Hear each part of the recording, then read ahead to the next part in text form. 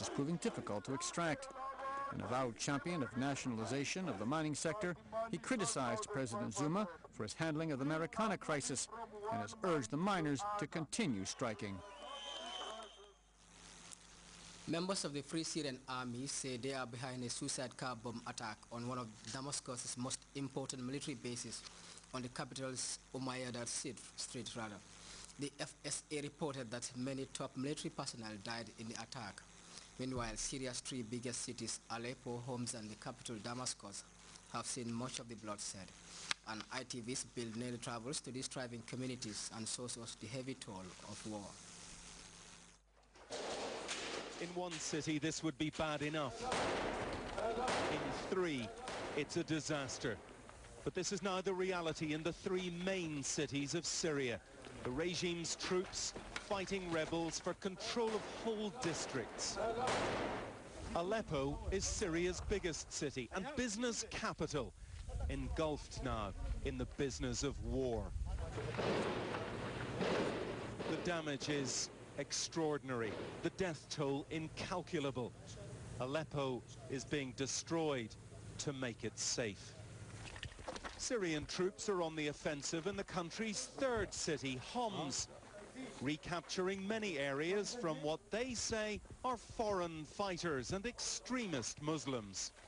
Rebels, they say, directly armed by Arab states. In one district they took, they showed us what they said was an abandoned rebel headquarters. Bags with Saudi Arabian markings scattered around. A makeshift scaffold with ropes and a meat hook was there. They said rebels tortured and hanged people here.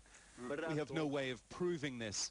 The UN mostly accuses the regime of mass torture, but says rebels are guilty of human rights abuses too.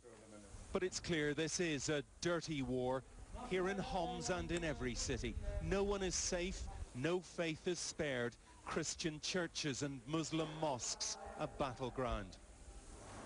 But one man is an optimist, the new governor of Homs, Syria's third city. These rebels, he says, will be beaten and we'll win the war in Homs in 1 month. 1 month, that seems very optimistic. 1 month, he insists, but Britain and America should stop supporting terrorists. They are his master's words. Throughout the interview, explosions echo across the city. Explosions too in Syria's capital city today, one at a military base. Bombs smuggled inside and detonated by rebels. Here too, troops crack down on restive areas with brute force. 3 cities, 1 war, tens of thousands dead. And at the United Nations, complete failure to stop it. Bill Neely, ITV News, Homs. With the Greek government looking at another round of austerity, public frustration is once again bringing violence into the streets of Athens. Now, tens of thousands of workers and people who would like to work are heeding union calls for a 24-hour general strike. The financial crisis in Greece has forced much of the middle class into unfamiliar territory, poverty, and many people who were once financially secured are now struggling to survive. CNN senior international correspondent Matthew Chance has the story of one particular family in this report. They're a Greek family who've fallen through the cracks. In their rundown squat in central Athens, 3 generations of this country's new poor are crowded in. Not a regular job or a pension between them. How much money do you get every month? Every month. All of you, how much do you get? 200 euros. 200 euros a month. And there are 7 adults. And baby, no, And all the for babies. people okay, but for babies, it's very difficult. In the decrepit kitchen, she shows me how the cupboards and fridge are almost bare. You see, nothing to eat. Until last year, she was a nurse, but the hospital closed, she told me, then her husband died.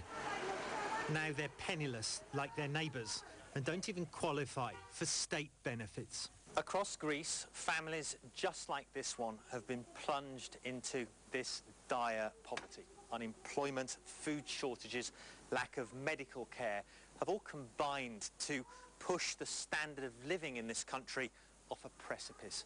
And few here can really see any easy or quick way back. But there are some trying to help. So this is what you give a family with a girl going to school? 2 girls. 2 girls? 2 girls. Oh, great. This also. Oh, these are really nice bags, and they're going to feel good at school. That's what we need. Yeah. And for the younger kids, we give a doll. Right. And this is all to sort of lift people's spirits, to make them feel a bit feel normal, dignified. to feel that they have the right to live. What happened is that suddenly the middle class is disappearing, and we have only poor people and rich people. The rich became richer, and the poor became a huge amount of people. So deliveries of free supplies like this one have become essential, not just for a few struggling families, but to keep Greece's entire middle class alive. Matthew Chance, CNN Athens. We'll take another break. Sports news is next.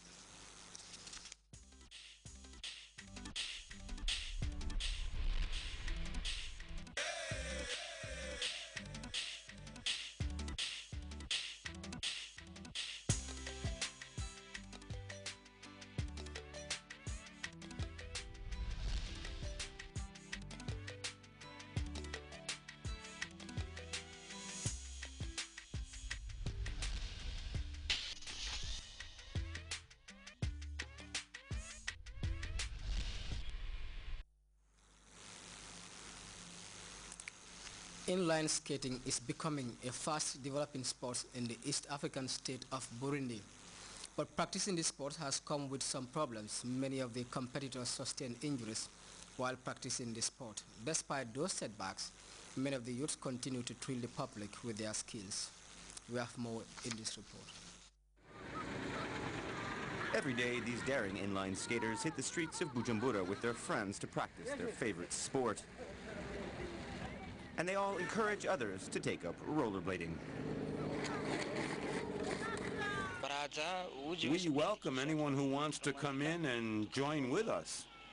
We can train them. It's not really complicated. After a week, they'll be able to get by themselves. But getting by in the traffic can be rather risky. As you can see, these 2 young men glide between cars, angering some motorists while amusing others. Whatever the reaction, the inline skaters are certain to have an audience every day. I couldn't believe that the people rollerblading were really from Burundi. I thought they came straight from Europe. It's really the first time I've seen this. This sport first appeared in Burundi around 12 years ago, mainly in Bujumbura. And there are now around 30 people that practice inline skating here. The experience we have, we acquired by watching foreign television stations, where you can see people rollerblading. You can also see videos posted on the internet. We got our inspiration from these sources. These rollerbladers fly down hills in Bujumbura at 50 kilometers an hour, and they risk death if they fall into a ravine. Today, Ishmael is once again in the clinic following an accident. I already had an accident before. I fractured my leg. I got it treated and it's better. I can't stop rollerblading. It's impossible for me.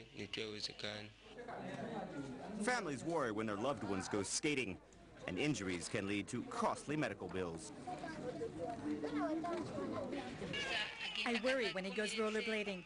Sometimes he comes home with injuries, with his teeth broken. Perhaps you can help him get false teeth. For the moment, these rollerblade fans get by as best they can when it comes to purchasing the material they need. But they would like to get more recognition from Burundi's authorities. The sport is not officially recognized. These people do it for pleasure. We can't intervene. We can't help everyone. We can only help those sports recognized by the National Federation of Sports. Without some subsidies from the authorities, these Burundians will have a hard time of making their dreams of international competition come true. They hope that an NGO will one day help